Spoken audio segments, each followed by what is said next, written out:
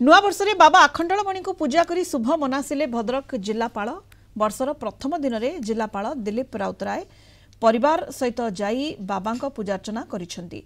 2025 जिलावासी विकासर वर्ष होगा समस्त स्वप्न पूरण हो सहित अधिक आलोचना करिसेंती आम चांदबाली रिपोर्टर देवाशीष पाढ़ी।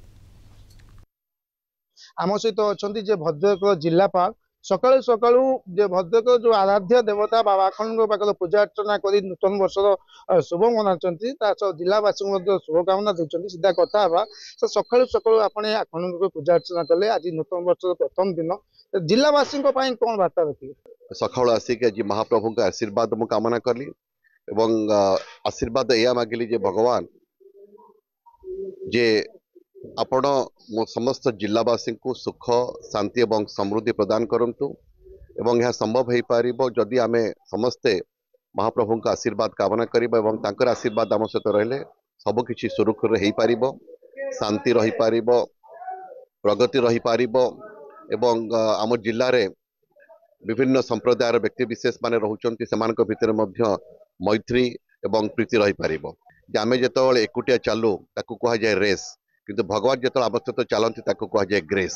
तेणु आज मो महाप्रभुंकर ग्रेस कामना करिया पे सकाळ सकाळ आज एठी आसीछि।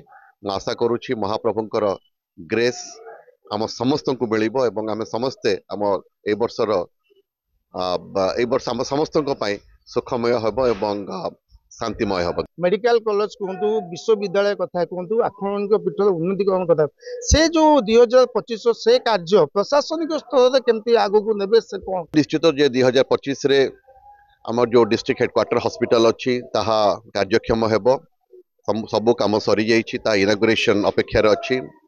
आम जिले में गोटे नुआ बस स्टैंड गोटे तैयारी मध्य होइछि ताहा मध्य खूब निकट रे चलचंचल हबो कार्यक्षम हेबो। एतद व्यतीत आम जिले में अनेक प्रकल्प गुड़िक जोड़ाक अच्छी से विभिन्न स्तर में अच्छी ए वर्ष आम कंप्लीट करूँ।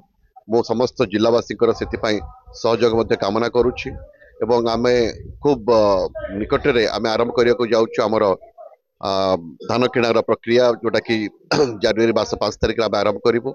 आदड़ी आखंड पीठर देवाशीष पाढ़ी कलिंग टीवी।